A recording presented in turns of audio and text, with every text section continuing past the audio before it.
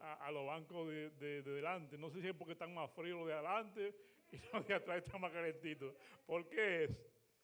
Yo no sé, pero me he dado cuenta Pero déjenme decirle algo muy interesante, y es que cuando nosotros estamos delante de la presencia de Dios, el fuego del Espíritu Santo nos calienta, ¿sí o no? Así que nosotros vamos ahora a inclinar nuestro rostro para pedirle a ese Espíritu Santo que sea el que nos capacite, que sea el que nos dé sabiduría para poder abrir la palabra de Dios. Recuerden que el hecho de abrir la palabra de Dios, solamente por el hecho de abrirla no se obtiene sabiduría, porque la sabiduría no viene de nosotros, la sabiduría no viene del hombre. ¿De quién viene la sabiduría? Viene de Dios, y viene cuando nosotros estudiamos su palabra con el poder del Espíritu Santo.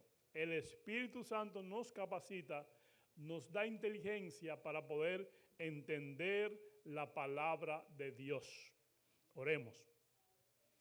Amantísimo Padre que mora entre seres santos, ángeles, serafines, querubines y todas las criaturas que te observan en el universo, incluyéndonos nosotros.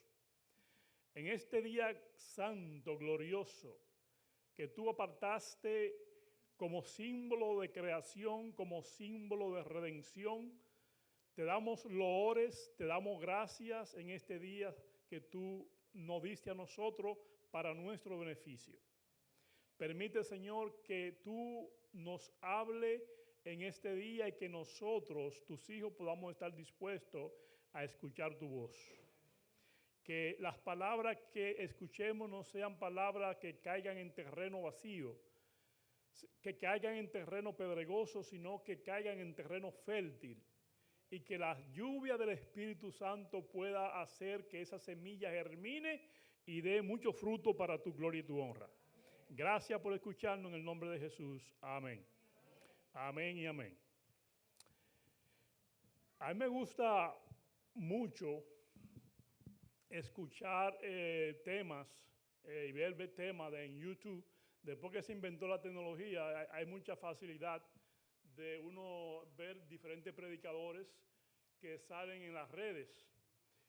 Pero así yo, mientras venía del trabajo, hace ya como una semana, siempre se me ocurre, no es que yo me pongo a ver teléfono y estar conduciendo, no, yo primero en mi trabajo, en el parqueo, yo busco el tema que quiero, y después yo lo pongo ahí y lo voy escuchando.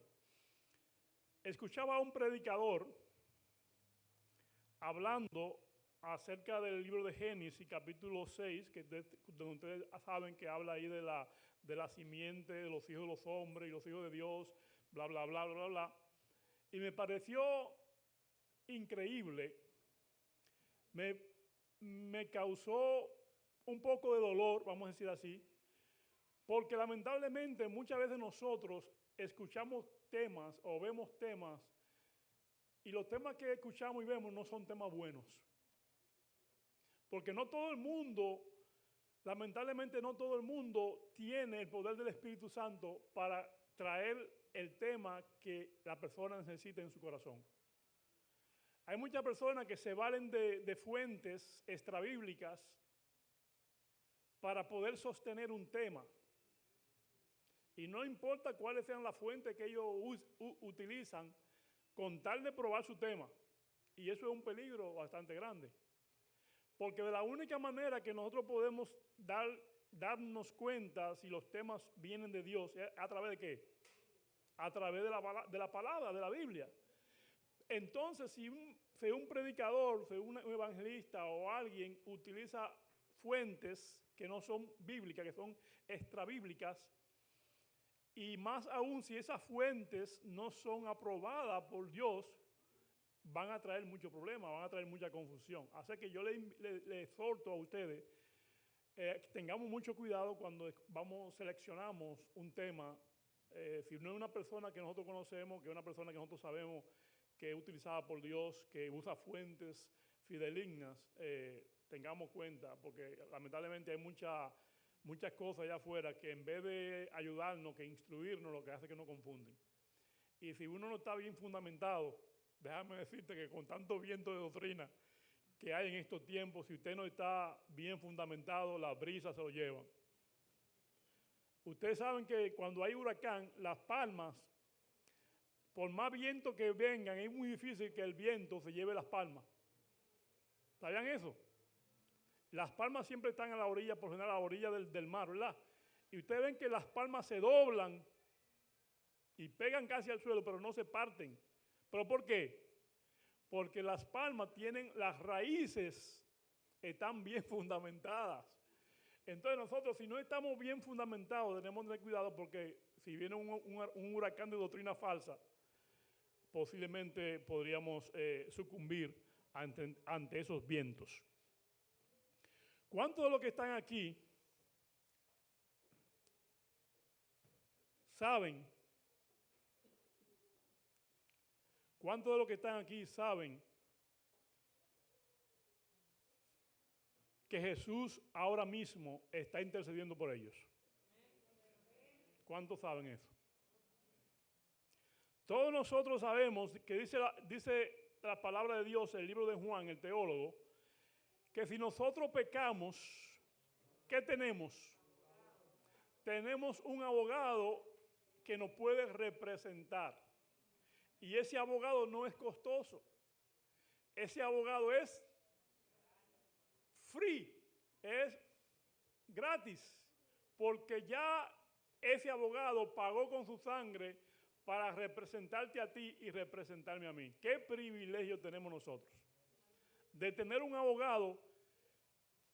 Por lo general, cuando yo he escuchado, aunque yo nunca he tenido necesidad de contratar un abogado, pero oigo por ahí rumores oigo, que los abogados que son gratis, como que no se dedican no se interesan mucho en la persona. Lo que más les conviene es decirle, declárate culpable. Y si usted no es culpable, que le digan que se declare culpable no es fácil. Pero nosotros tenemos un abogado que todo lo que hace, lo hace para rescatarnos nosotros, para salvarnos nosotros, no importa de la situación en la que nos encontremos, ¿verdad? ¿Y ese abogado quién es? Cristo Jesús. Y ese abogado está para ti y está dispuesto o disponible para mí. Gloria a Dios por eso. Bien. ¿Cuánto también, escúchenme porque a mí me gusta hacer muchas preguntas, pero preguntando que se aprende, ¿verdad? ¿Cuántos de los que están aquí saben que en el cielo hay un trono? Oh, solamente 2 personas saben que en el cielo, ahora hay más. Que en el cielo hay un trono. Ahora viene la pregunta más difícil. Ya sabemos que hay un trono.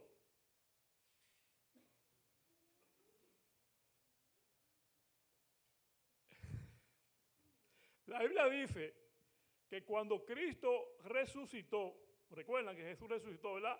Y estaba ahí en el Monte de los Olivos, ¿con quién estaba? Estaba con los discípulos.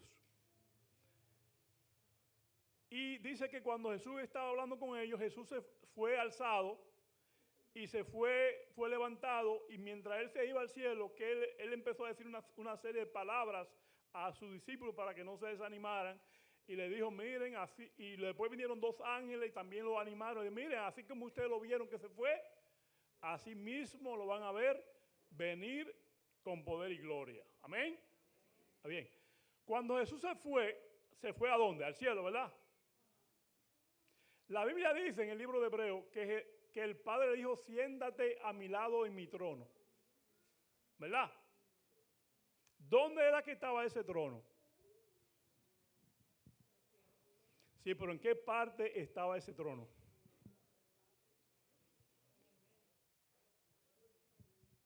Me puede poner, no sé si me podrían poner la gráfica número 7, creo que es 7, sí.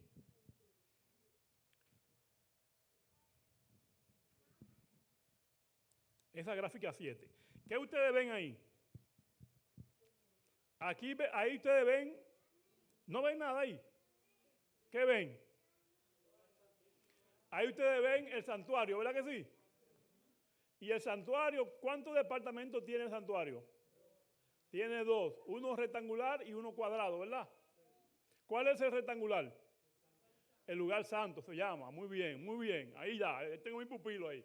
El lugar santo es el rectangular. Y el santísimo es el cuadrado, ¿verdad? Bien, y fuera del santuario, cuando usted entra por la puerta del atrio, el rectángulo grandote que está afuera, eso se llama el atrio, ¿verdad? Se llama el atrio, ¿verdad? Que sabemos.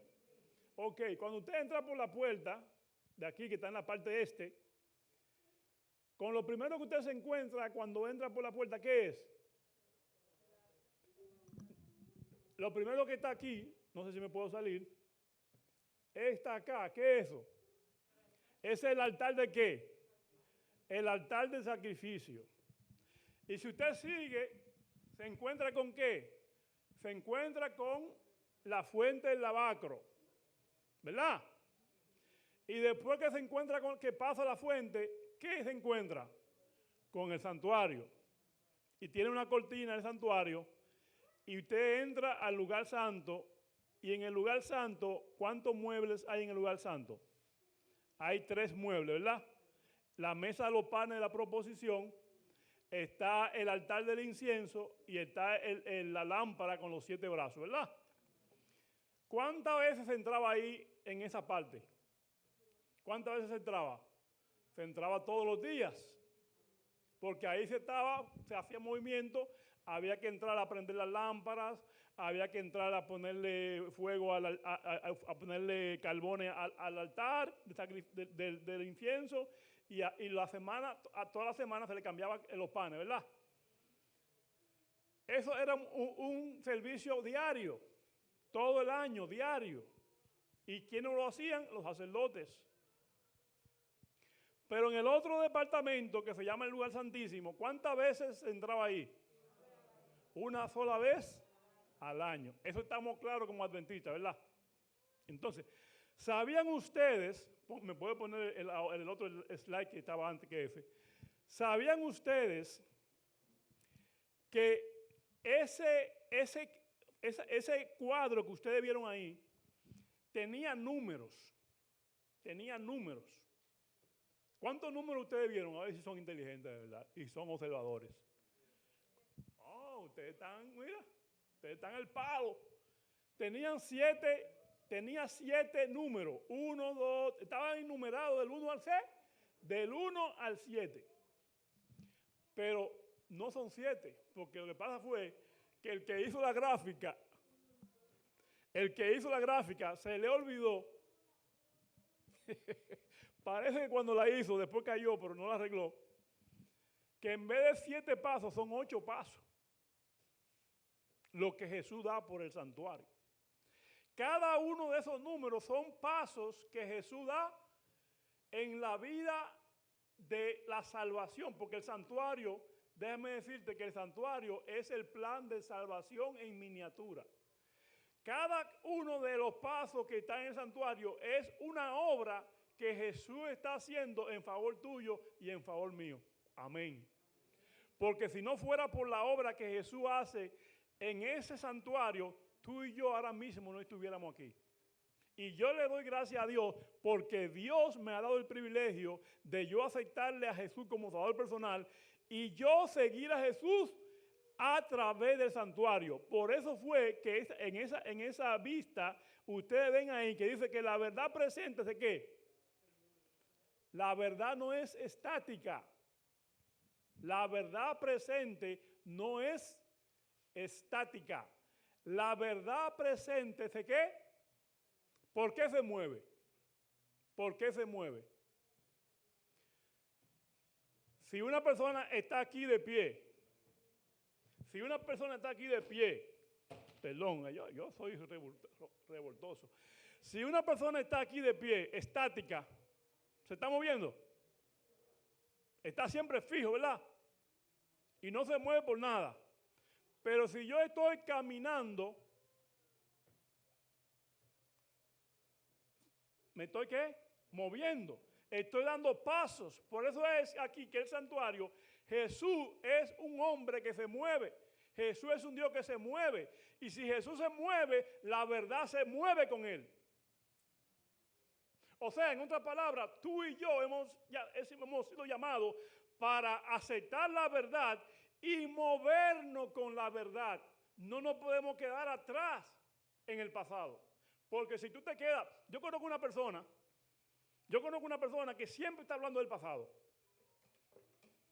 Que 5 años atrás yo tenía 10,000 pesos.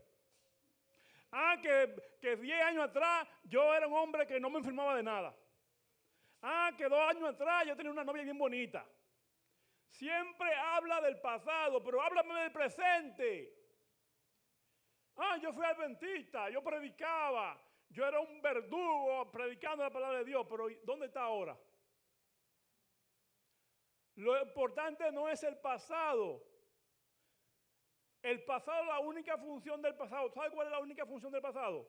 Ayudarnos a vivir un mejor presente para prepararnos para el futuro.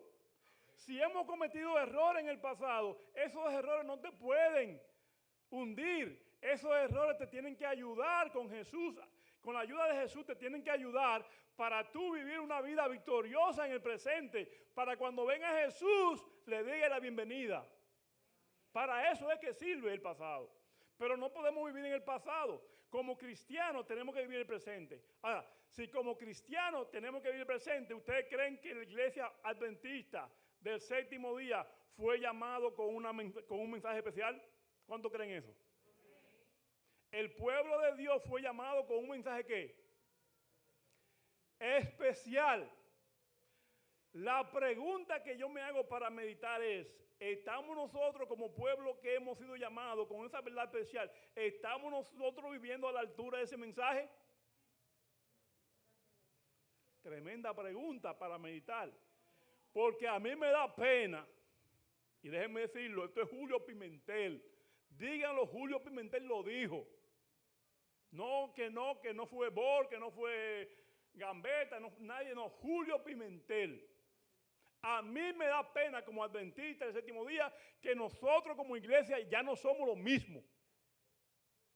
Me avergüenza decirlo. Y se ofende, no es mi intención ofender a nadie, pero yo estoy diciendo lo que siento y lo que veo.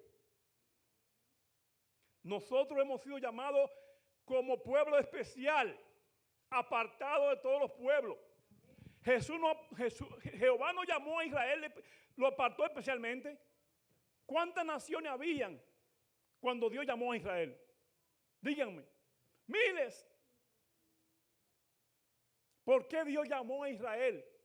Lo llamó porque eran los más bonitos. Lo llamó porque eran los que tenían más billetes. Lo llamó porque eran los más inteligentes. Lo llamó porque eran los más santos. No. Lo llamó por su gracia y por su amor. Porque Dios llama, y cuando Dios llama, no importa que tú no tengas capacidad, no importa que tú seas, vamos a decir, que no seas inteligente, Dios te capacita. Pero Dios te llama con un propósito. Porque Dios nunca llama sin un propósito. ¿O quién cree que Dios llama sin propósito? Cuando Dios te llamó a ti de tu casa, que tú estabas ahí sentado, cogiendo barriga, comiendo arroz, y Dios te llamó de tu casa para que viniera a su luz admirable, te llamó para que tú vinieras con un mensaje para el mundo, un mensaje diferente, no para que tú vinieras a repetir lo mismo del montón. ¿Ustedes creen, hermanos, que el mundo se va a salvar con las prédicas que estamos escuchando? No. Porque estamos repitiendo como el papagayo. La iglesia no fue llamada para repetir lo mismo que predican los evangélicos. La iglesia no fue llamada para predicar lo mismo que predican los pentecostales. La iglesia no fue llamada para predicar lo mismo que predica la iglesia católica. Porque si predicamos lo mismo, no tiene importancia que citamos. No tiene que haber iglesia adventista para que predique lo mismo. Porque hay un montón de iglesias. Hay más de 5,000 iglesias en Estados Unidos. Y todas predican lo mismo. Cristo te ama. Cristo es amor. Cristo murió por ti en la cruz. ¿Quién no sabe eso? Es lo que necesitamos para prepararnos para la crisis que estamos enfrentando ahora mismo. Cuando usted ve hablando a alguien, un predicador, muy difícil que usted lo vea hablando de lo que Jesús está haciendo ahora mismo en el santuario. No queremos hablar de eso. ¿Por qué? No, porque eso ofende. No, porque si ofendemos a los hermanos se van de la iglesia y no tenemos diezmo. Excúsenme, pero eso es lo que veo. No estamos preocupándonos por la salvación de esa alma que tiene que saber lo que necesita para enfrentar la crisis que viene. Oh no, Cristo te ama y con eso es suficiente. Sí, es importante que yo sepa que Cristo me ama, pero ya Cristo me amó. Cristo murió en la cruz por mí ya, hace 2000 años. Yo no puedo seguir todos los días dando de la cruz, de la cruz y de la cruz. La cruz tiene un propósito. Pero Cristo no se quedó en la cruz. La cruz es para traernos a Cristo. Y después que venimos a Cristo, ya yo no puedo seguir toda la vida hablándole al hermano de la cruz. Porque ya vine a Cristo. Ya tengo que hablarle ahora qué está haciendo Cristo después de la cruz. Cristo no se quedó en la cruz. Cristo bajó de la cruz. Cristo resucitó. Y Cristo ascendió al cielo a hacer una función en el cielo. Y cuando la Biblia dice que el Padre le dijo a Jesús, siéntate a mi diestra, y le pregunté que dónde estaba el trono. Cuando Jesús ascendió, el trono de Dios estaba en el lugar santo. Porque el trono de Dios se mueve como se mueve la verdad presente. El trono de Dios no es estático. Hay muchas, no, porque el trono de Dios está en el lugar santísimo. ¿Quién te dijo a ti eso? Yo te demuestro a ti con la Biblia que cuando Jesús ascendió al cielo, el trono de Dios estaba en el lugar santo. Y lo representa la mesa de los panes de la proposición. ¿Cuántas pilas habían ahí? Jesús no entró al lugar santísimo. Déjenme decirle algo. Y no se vayan a caer de la silla porque ustedes creo que están bien sentados, ¿verdad? Tienen 4 patas, ¿verdad? Oí a un anciano de la iglesia adventista predicando que Cristo cuando ascendió al cielo ascendió al lugar santísimo. Casi me caigo yo escuchando eso, esa apostasía de un líder de la iglesia. Estamos negando entonces la verdad del santuario. El santuario es por parte, tú no puedes brincar una parte del santuario. Jesús no brincó de fuera del campamento, que esa es la parte que aquí no enumeraron. Del campamento Jesús no brincó al lavacro. ¿O Jesús brincó? Jesús fue parte por parte, siguiendo los pasos del santuario. ¿Cuál fue el primer paso que Jesús dio en el santuario? Vivir en el campamento, ¿sí o no? ¿Y cómo fue la vida de Jesús en el campamento? Una vida santa. Porque el cordero tenía que ser santo, sin defecto y sin mancha. O sea, Jesús vivió una vida de ejemplo en el campamento. Y esa vida de ejemplo en el campamento lo preparó para entonces Jesús entrar a dar los pasos que él tenía que dar en el santuario. Vámonos, ponme la vista, más favor. Quiero que me ponga la vista del versículo de memoria de Apocalipsis 3, 7. Que aquí hay una verdad, hermano, miren. Lamentablemente que no tengo mucho tiempo. Pero yo le hago la pregunta, ¿venimos a escuchar palabra de Dios o venimos a mirar la hora para irnos a comer? Porque muchas veces venimos y estamos mirando el reloj. ¿A cuándo que vamos a terminar? Así no nos alimentamos. En Apocalipsis capítulo 3, ahí está en la pantalla, pero yo voy a leer otros versículos que no están ahí, porque esa es la introducción. En el capítulo 3, versículo 7, escribe al ángel de la iglesia en Filadelfia. Esto dice el santo, el verdadero, el que tiene la llave de David, el que abre y ninguno cierra, y cierra y ninguno abre. ¿Quién tiene la llave de tu vida? ¿Quién tiene la llave de la iglesia? ¿Quién tiene la llave de la verdad presente? Y déjame decirte que gracias a Dios el Padre, que es Cristo que tiene la llave. Porque si fueran los hombres, tuviéramos vuelto un sancocho. Con cuánta carne en toda clase.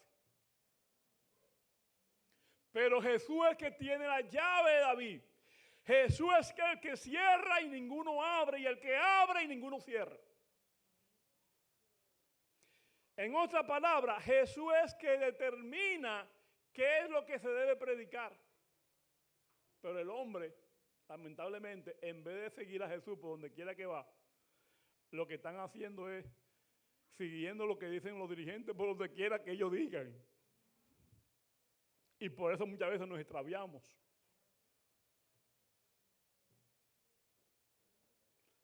En el libro de Hebreos, capítulo 12, el apóstol Pablo dice, puesto los ojos en Jesús, porque Jesús es el autor y el consumador ¿de qué? De nuestra fe. Entonces, querido hermano adventista de Leyland, ¿sobre quién tú tienes que tener los ojos? ¿Sobre el primer anciano? Por más santo que sea, es humano y mete la pata también. ¿Sobre el pastor? Sobre Jesús. Cuando Pedro, por estar de, ¿cómo le podríamos decir? De orgulloso, salió de la barca porque le dijo a Jesús que si era él que venía, que él pudiera caminar sobre las aguas. Me imagino que Pedro, por orgulloso y por creerse mejor que nadie, se puso a mirar para atrás para ver, mire lo que yo estoy haciendo, estoy igual que Jesús. Se hundió. Porque tú estás llamado, yo estoy llamado para seguir a Jesús. Mis ojos nunca debo quitarlos de Jesús. Y si yo te voy a ayudar a ti, porque te caíste, sí, yo te puedo ayudar, pero mira cómo. Tú te estás hundiendo. Yo te agarro, pero mis ojos, ¿a dónde están? Sin perderle la mirada a Jesús. Porque el que me va a ayudar a mí, ayudarte a ti, es Cristo Jesús. Pero si tú quieres ayudar al hermano por tu propio mérito, porque tú te crees que no pecas, te puede llevar una sorpresita y bien feíta.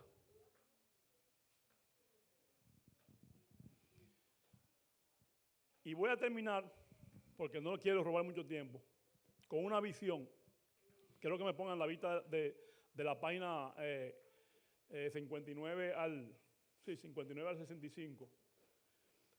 Déjame decirle, hermano, ahí él se la va a poner, y le doy gracias al técnico que está allá atrás, a los técnicos que están allá atrás por el trabajo maravilloso que han hecho con la vista. Esta cita que ustedes ven ahí es una cita yo se la voy a leer porque a lo mejor muchos de ustedes no tienen lente y no ven la cita. Yo tampoco, de aquí yo la puedo ver, pero yo la tengo aquí en el teléfono. Pero ya yo la he leído tanto que ya me la sé de memoria.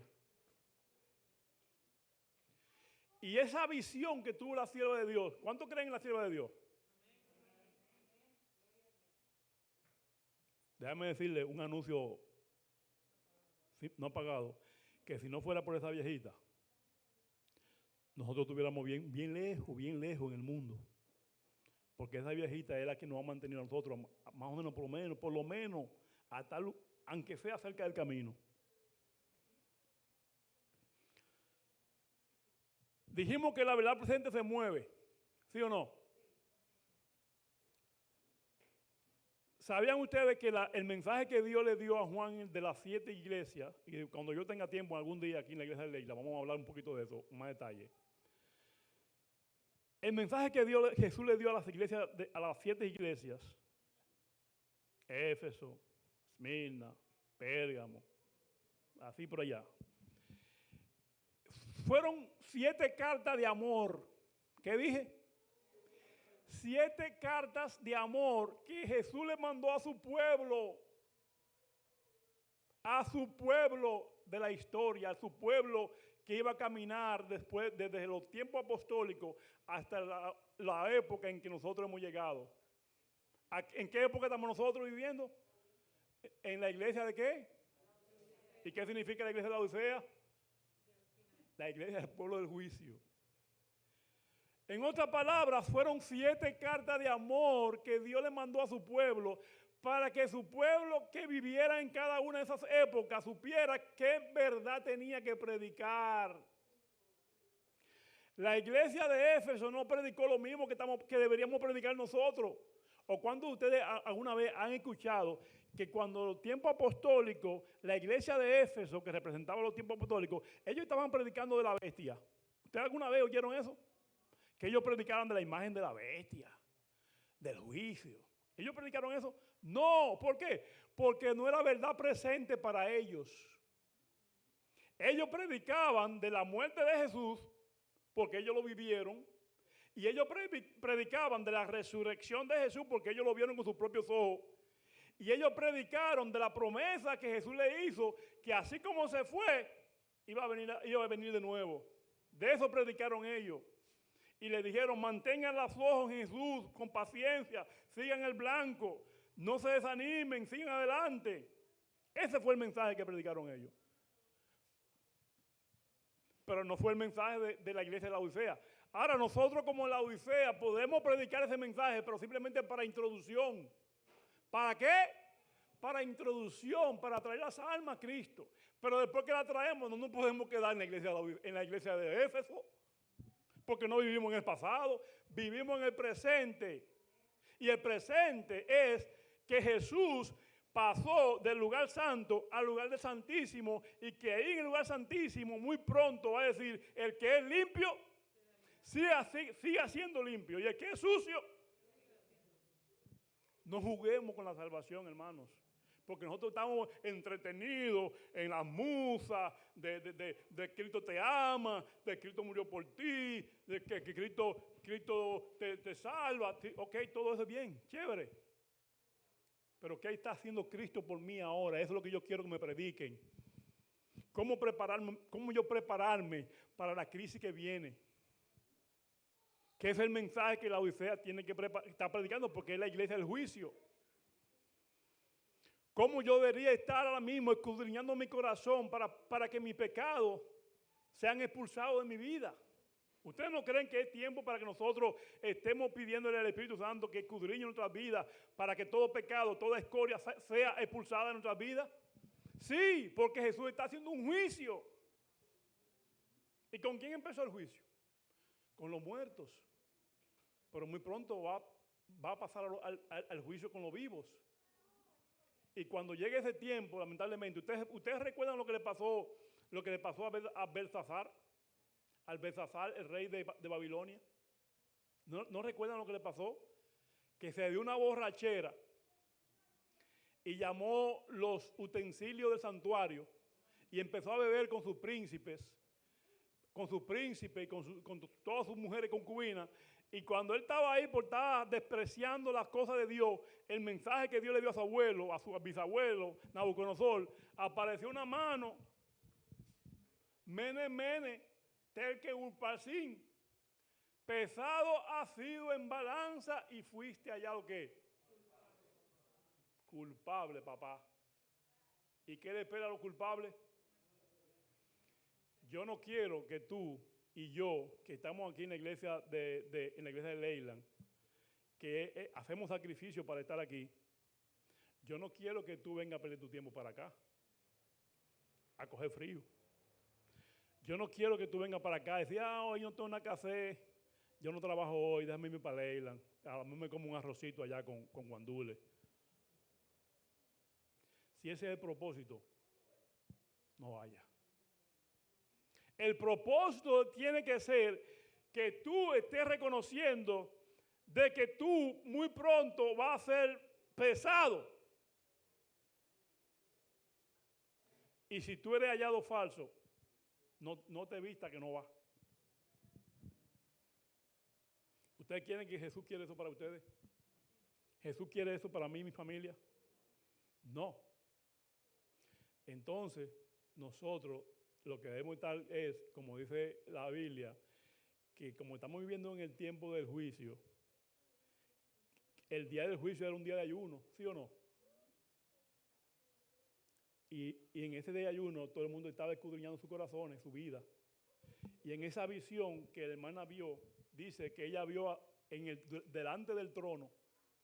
¿De cuál trono? ¿Del trono del Santísimo o del trono del Santo?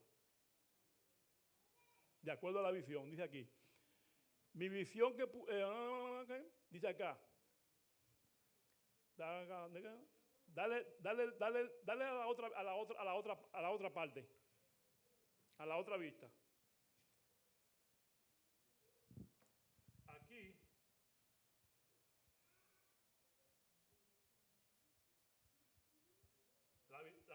Oiga lo que dice la visión. Oiga, corta, no vamos a quitar mucho tiempo. A lo mejor 15 minutos. Mi visión que publicase en el Day Star, esa es una revista que había en esos tiempos de los 1800 y algo, de la hermana Juan, escribió algo bajo un profundo sentido de ver contigo. Ese era al escritor de la revista. No, pues yo estoy leyendo esta. Vamos a leer después. Okay. Vi un trono, esta es la visión que ella vio, la visión que la hermana Juan vio. Okay, ahí está, es lo que está ahí en la pantalla. Vi un trono, ¿que ella vio? ¿Pero cuál trono? ¿El lugar santo o el lugar santísimo? El lugar santo. Vamos a seguir leyendo. Vi un trono y en él estaba sentado, ¿quién? El Padre y el Hijo. Contemplé el rostro de Jesús y admiré su hermosa persona. No pude contemplar a la persona del Padre porque una nube de luz gloriosa le cubría. Le pregunté a Jesús si el Padre tenía una forma como él. Dijo que sí, pero no podía verlo porque, dijo él, si una vez viera la gloria de su persona, dejaría de existir. Ante el trono estaba el pueblo adventista. Oh my God. ¿Quién estaba ante el trono? Recuérdense que es una visión. Eso no queda que el pueblo adventista estaba allá en el cielo. Esa es una visión. Ella daba la impresión de que el pueblo adventista estaba ante el trono. Pero él ante el trono, el pueblo adventista aquí en la tierra, cuando tú estás ante el trono, lo que está diciendo es que tú estás contemplando lo que se está haciendo en el trono. Tú estás atento a lo que se está haciendo en el trono. Ahí lo dice. Vi al pueblo adventista, la iglesia, vamos a decir, porque esa era la iglesia que existía, y el mundo, ¿delante de qué? Delante del trono. Vi a un grupo de personas ante el trono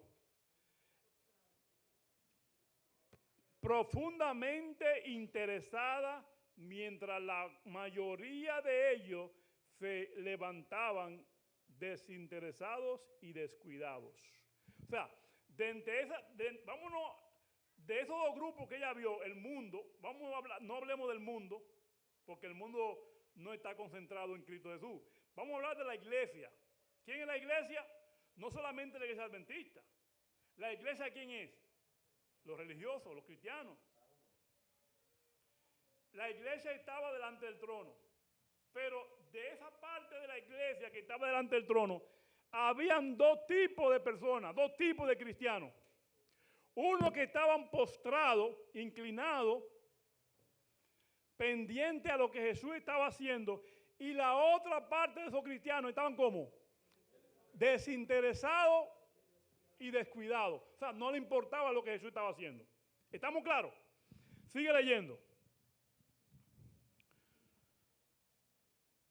Aquellos que estaban inclinados ante el trono ofrecían sus oraciones y miraban a Jesús. O sea, nunca le quitaban los ojos a Jesús. Miraban a Jesús. Luego Jesús, miraba a su Padre y parecía suplicarle. ¿Quién estaba suplicándole al Padre? Jesús. Entonces vino una luz del Padre a su Hijo y del Hijo a la compañía que estaba en oración. Esto es una cadena. La multitud que estaba postrada miraba a quién, a Jesús. Jesús miraba a quién, al Padre, y le suplicaba. Y mientras Jesús le suplicaba, dice que Jesús le daba una luz a los que estaban postrados. Amén. Gloria a Dios. Qué lindo eso. Sigamos leyendo la otra vista. La otra vista dice: entonces vi una luz extremadamente brillante que venía del Padre al Hijo, y del Hijo ondeaba sobre la gente delante del trono. O sea, que eso era una cadena de Jesús, del Padre a Jesús, y de Jesús a la multitud que estaba postrada. Y dice acá: pero pocos recibían esta gran luz. ¿Cuántos lo recibían la luz? Muchos salieron debajo e inmediatamente se resistieron. O sea, de esos que estaban ahí, que eran indiferentes y que no les interesaba, dice que ellos recibían poca luz. Dice que se resistieron. No les interesaba recibir luz. Y no apreciaron la luz y se alejó de ellos. Cuando tú no aprecias la luz de Dios, ¿qué pasa? Cuando Dios te habla y tú te haces loco. Escúcheme que le diga así. Cuando Dios no habla, no entra por aquí, no sale por aquí, no es que Dios te deja, es que tú ya te hiciste loco. Y sigue diciendo: algunos la apreciaron y fueron y se postraron. O sea, que muchos la recibieron y se postraron con los que estaban ahí, fajados con Jesús, orando. Ante el trono y a la pequeña compañía que oraba. Todos estos grupos recibieron la luz y se regocijaron en ella mientras sus rostros brillaban en gloria. Quiere decir que cuando tú estabas postrado para recibir la luz, ¿qué pasaba con tu rostro? Se iluminaba. ¿Por qué? Porque cuando tú recibes la gloria de Dios, cuando tú recibes la verdad, tu vida cambia. Tu vida es transformada. Pero cuando tú eres indiferente, no pasa nada. Tú sigues igual, chismeando, bochinchando, criticando, ofendiendo. Sigue igual. Y el mundo está en la iglesia y sigue igual todo.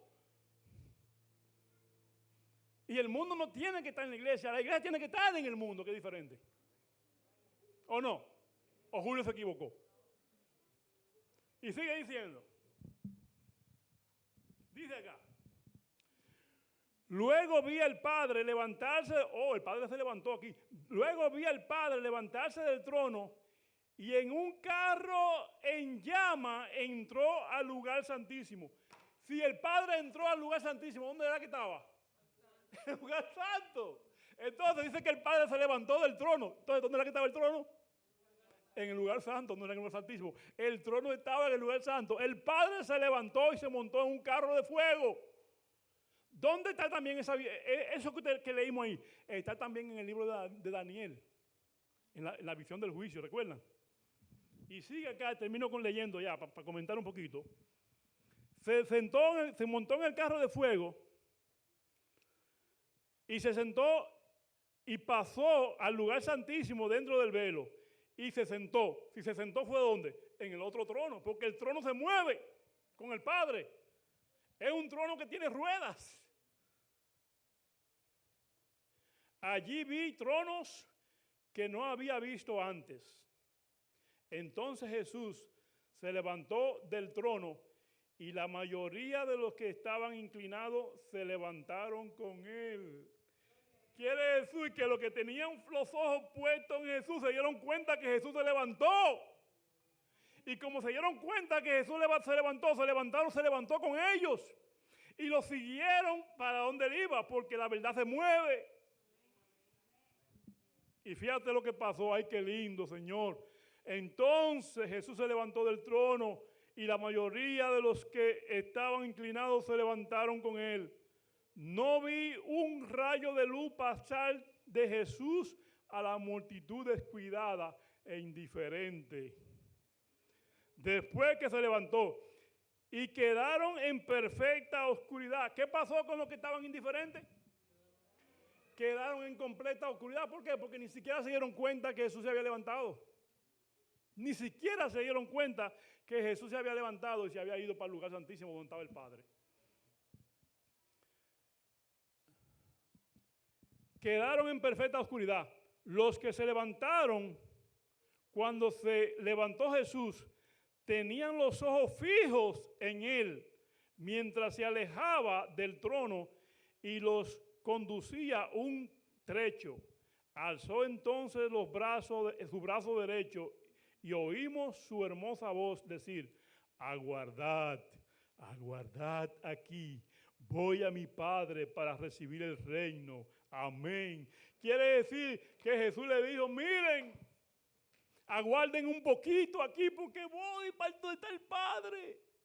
Jesús entró al lugar santísimo porque Jesús tiene una obra que hacer. Jesús tiene que limpiar el lugar santo. Jesús tiene que limpiar nuestras vidas.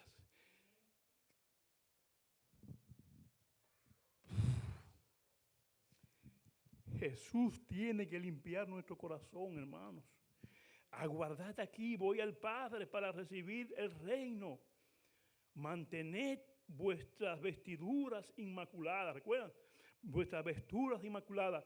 Y dentro de poco volveré de las bodas y os recibiré a mí mismo. Jesús se fue a casar. Y hay mucha gente que Jesús se casa con la iglesia. ¿Quién dijo eso? Jesús no se casa con ninguna iglesia. Jesús se casa allá en el cielo con la santa ciudad.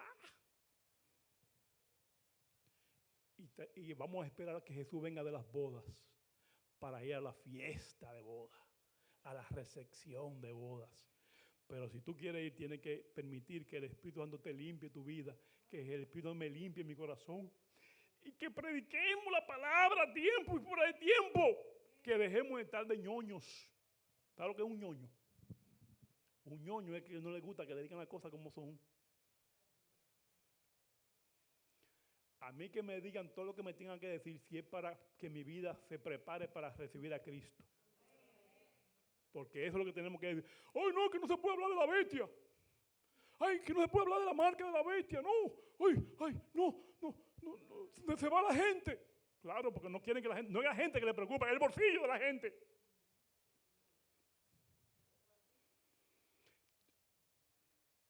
Cuando usted le dice a su hijo: quítate de la vía del tren, porque si tú vienes, un tren te va de Moñangá. Es un mensaje de amor. Ay, no lo ofenda al nene. No, deja al nene, no lo moleste al nene y viene un tren y lo desbarata. En otras palabras, eso es lo que nos están diciendo a nosotros. No prediquemos lo que tenemos que predicar porque la gente se ofende. Excúseme, con amor te lo digo. Si te quiere ofender, no es mi intención que te ofenda, es mi intención que te salve. Pero aquí pasó algo interesante, dice aquí que pasó cuando Jesús entró al lugar santísimo, que dice aquí. Después de eso, dice la otra vista, pero yo la tengo aquí para ganar más tiempo. Después de esto, un carro de nube cuyas ruedas eran, hasta el carro tenía ruedas, cuyas ruedas eran como llama de fuego, llegó rodeado de ángeles a donde estaba Jesús. ¿Dónde estaba Jesús? En el lugar santo todavía. Entró en el carro y fue llevado al lugar santísimo. O sea que Jesús estaba en el lugar santo, vino el carro de fuego, vino a buscar a Jesús al lugar santo. Jesús se montó en el carro y dice aquí que cuando Jesús se montó en el carro, ¿se fue a dónde?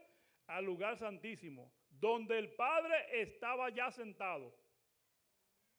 Allí contemplé a Jesús, el gran sumo sacerdote. Ve, una obra de sumo sacerdote, una obra de juicio, una obra de limpieza. Contemplé al sumo sacerdote de pie delante del Padre. En la orla de su vestidura había una campana, que era una obra del sumo sacerdote.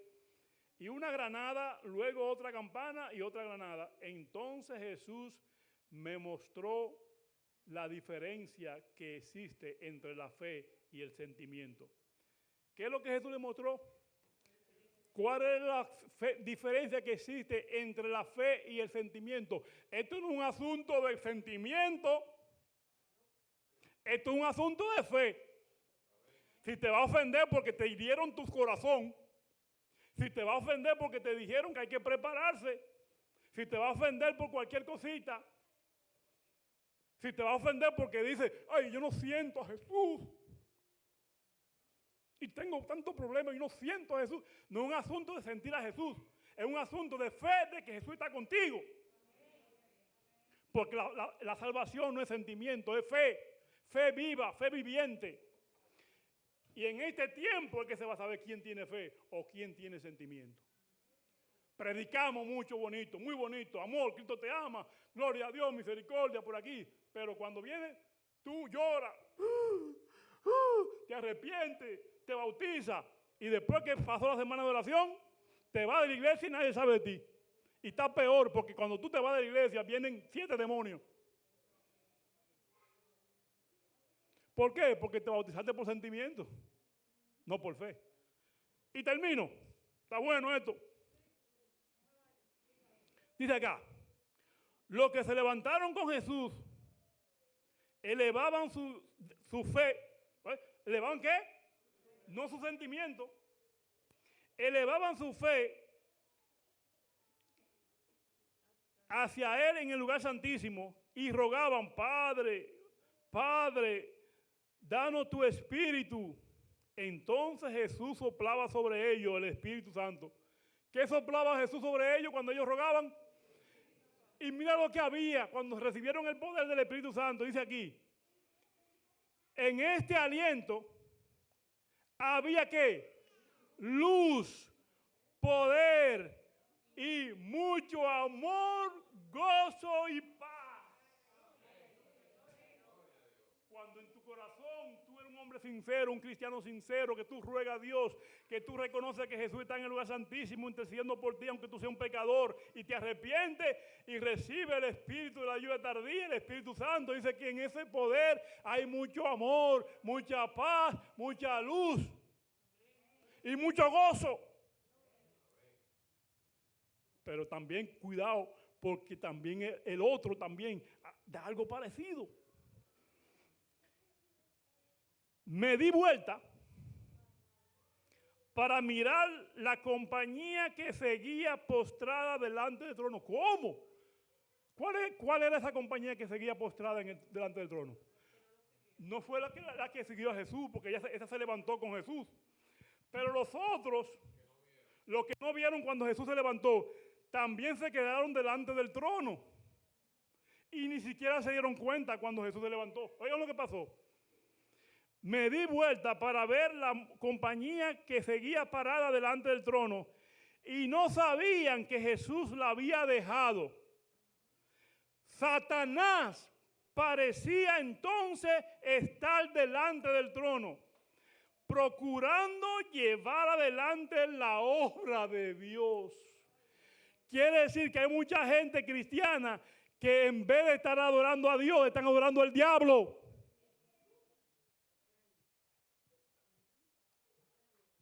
Y creen que es Dios. Y fíjense lo que pasa. La otra fila. Vi la compañía alzar la mirada hacia el trono. ¿A quién? Hacia el trono. ¿Y quién estaba delante del trono ahora? El diablo. Padre, danos tu espíritu. ¿A quién le estaban pidiendo el espíritu? ¿Pero a quién creían ellos que era? Satanás soplaba, también sopla también. Satanás soplaba entonces sobre ella una influencia, ¿cómo? Impía. En ella había luz también. Oh, se parece a la de nosotros. Había luz y mucho poder, porque eso es lo que les gusta a ellos, luz y poder. Hablar en lengua, excúsenme. Pero nada de dulce amor, gozo y paz. ¿De qué me sirve tener poder? ¿De qué me sirve sanar si no tengo amor? Si no tengo gozo, si no tengo paz. Entonces hay mucha gente que quieren poder, que quieren renombre, decir que ellos sanan, que ellos sacan demonios. ¿Recuerdan al mago? El mago quería sanar, el mago quería sacar demonios, pero era para gloria de Dios, no, para prestigio, para decir, el pastor saca demonio, habla lengua. Y si tú no hablas lengua, no tienes el espíritu.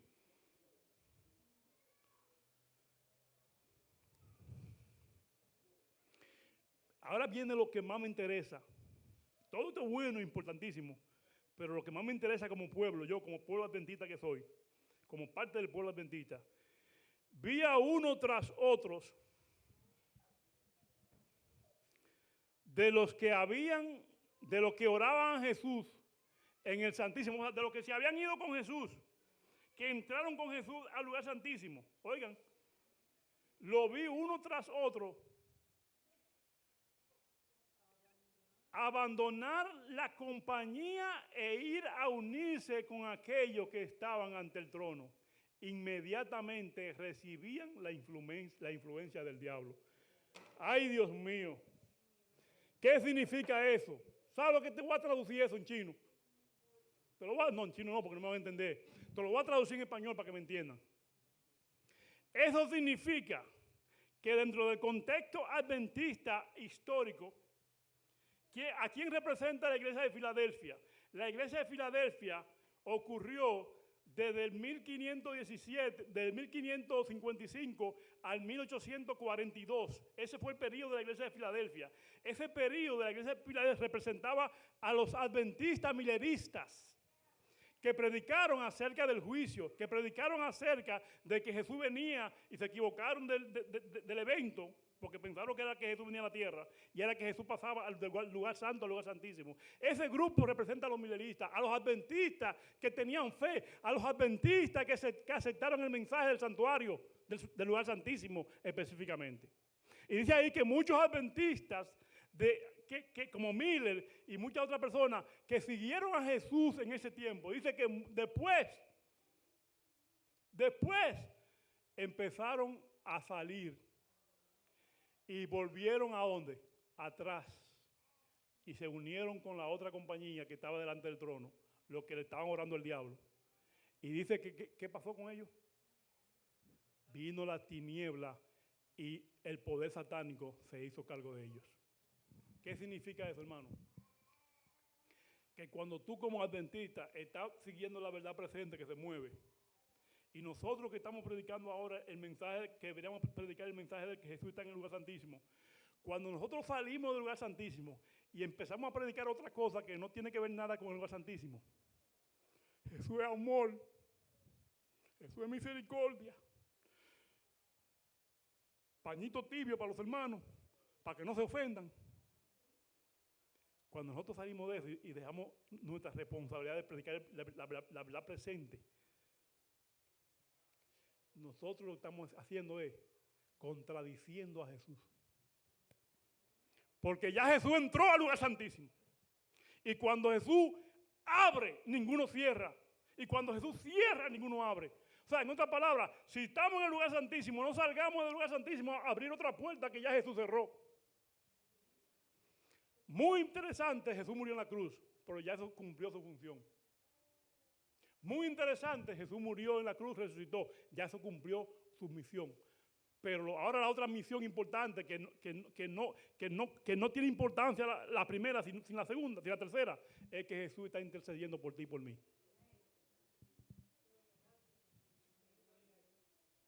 Nosotros queremos ser de esa gente que salen del lugar santísimo para irse a unir a la compañía que está delante del trono. Hermano, es muy bueno decir yo soy cristiano. Todo el mundo, vete el domingo a las iglesias. Por todas partes que tú miras, ¿qué está la gente? Full. Todo el mundo adorando a Dios, predicando a Dios. Pero Dios le pidió eso. adorando a Dios en un día falso. Y después dicen que están adorando a Dios. ¿A quién es que están adorando? No lo dije yo.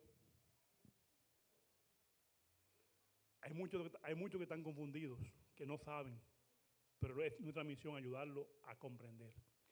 Si usted le predica y ellos comprenden y reciben el mensaje, usted habrá ganado un alma para Cristo. Pero con amor usted se lo predica. Usted verá que el Espíritu Santo lo va a ayudar a usted a que ellos acepten ese mensaje. Porque si nosotros no se lo predicamos, ¿quién se lo va a predicar? ¿Sabe que van a haber mucha gente, de esa gente que nos van a reclamar a nosotros en el tiempo del fin? Ustedes sabían esa cosa y se quedaron callados. Ustedes son uno come solo. Eso es lo que nos van a decir, come solo. No sé a qué partido de Puerto Rico que le dicen lo come solo. En Santo Domingo se lo dicen al PLD. Le dicen lo come solo. Porque solamente quieren vida para ellos. La salvación no es para mí. La salvación es para todos. Y Jesús te llamó a ti de la tiniebla a su luz admirable para que tú practiques, para que tú vivas esa luz y para que tú la compartas con los hermanos que están pereciendo, porque han sido engañados, porque están confundidos. Es nuestro deber como pueblo remanente, tenemos una misión y es predicar la verdad presente. Esa es la misión de la iglesia adventista. Y si la iglesia adventista no quiere predicar la verdad presente, I'm sorry for you, baby, pero ustedes no sirven para nada. Son uno del montón. Y Dios no nos llamó para ser del montón. Dios nos llamó para ser el remanente del pueblo de Dios, que se caracteriza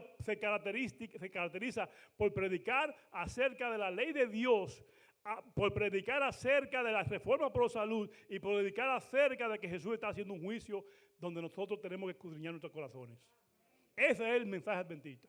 Y es un mensaje que nos representa y nos diferencia de todo el mundo. Pero cuando no lo hacemos, ¿de qué nos diferencia de los demás? De nada. Somos igualitos que los otros. Uno más del montón. Y Jesús no quiere más del montón. Jesús quiere cristianos victoriosos. Jesús quiere cristianos diferentes. Jesús quiere cristianos que prediquen la verdad, aunque se desplomen los cielos. ¿Quién se compromete en esta mañana a que Jesús lo capacite, a que Jesús le dé su Santo Espíritu? Póngase de pie, hermano, si usted siente en su corazón de que Jesús lo está llamando a usted como pueblo adventista, como iglesia remanente, como iglesia que tiene un mensaje de predicar la verdad presente, para que el Espíritu Santo a usted lo capacite. Dile, Jesús, capacítame. Jesús, capacítame para yo aprender cuáles son las cosas que yo necesito para yo salvarme. Pero no salvarme solo, sino salvar a mis hermanos, salvar a mis primos, salvar a mis sobrinas, salvar a mi tío, salvar a mi mamá, salvar a mi papá, salvar a mi vecino, salvar a mi enemigo. Tú tienes que pedirle eso a Jesús. Tú tienes que pedirle eso al Espíritu Santo. Yo tengo que pedirle eso al Espíritu Santo. Porque lamentablemente, hermano, 5 años, 10 años, 15 años, 20 años, 30 años. Tengo 40 años en la iglesia. ¿Y de qué te sirve esos 40 años? ¿Cuántas almas está trayendo Cristo? ¿Qué está viviendo con tu vida? ¿Cuál es el ejemplo que está dando? ¿Qué está diciéndole al mundo? ¿Qué importa que tengas 40 años? No es que Jesús no te va a decir, Julio, presente, ¿cuántos años duraste en la iglesia adventista? 45, Señor. Entra en el gozo de tu Señor. No. Julio, presente. ¿Tus pecados te arrepentiste? Sí, Señor. Por tu gracia y amor me arrepentí.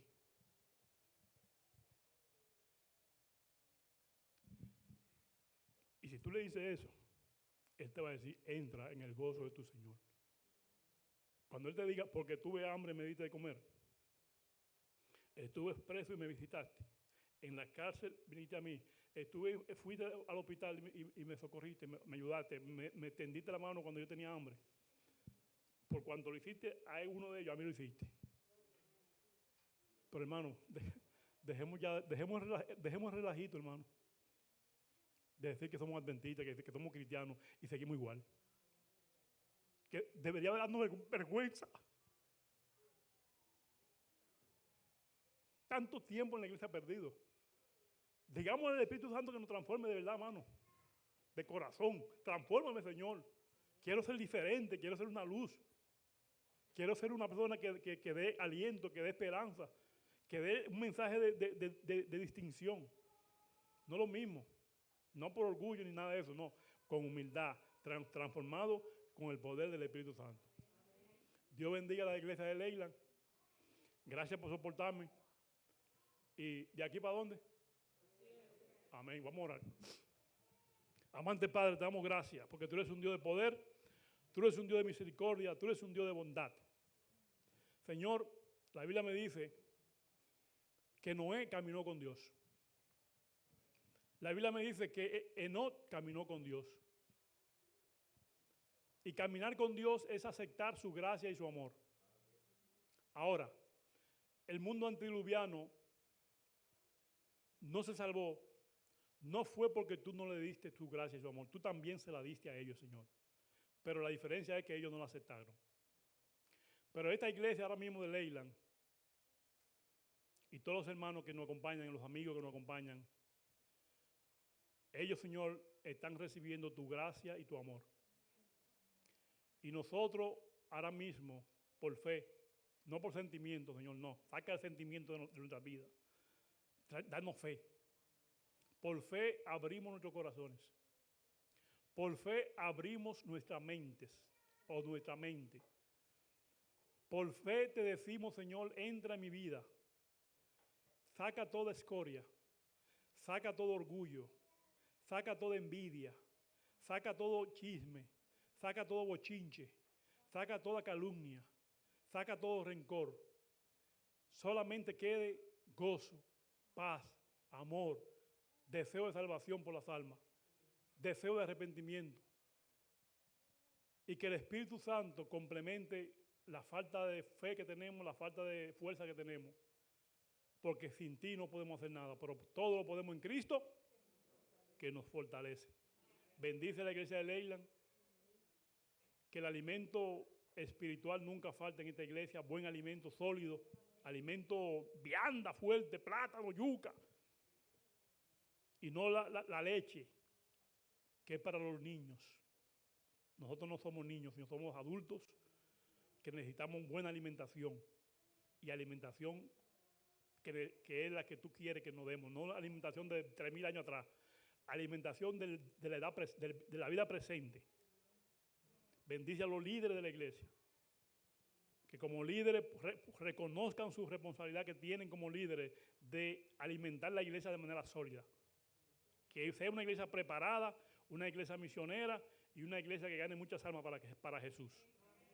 A los que todavía no, si hay alguien aquí que no ha entregado tu vida a ti, Señor, si hay alguien aquí que está tan valiante, dudoso, dale fe, Señor, dale seguridad, dale certeza de que están en el lugar correcto, de que están en la iglesia remanente.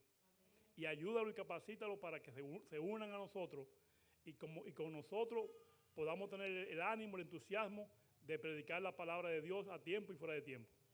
Gracias por escucharnos y gracias por bendecirnos en el nombre y por los méritos de Jesús. Amén. Bendiciones.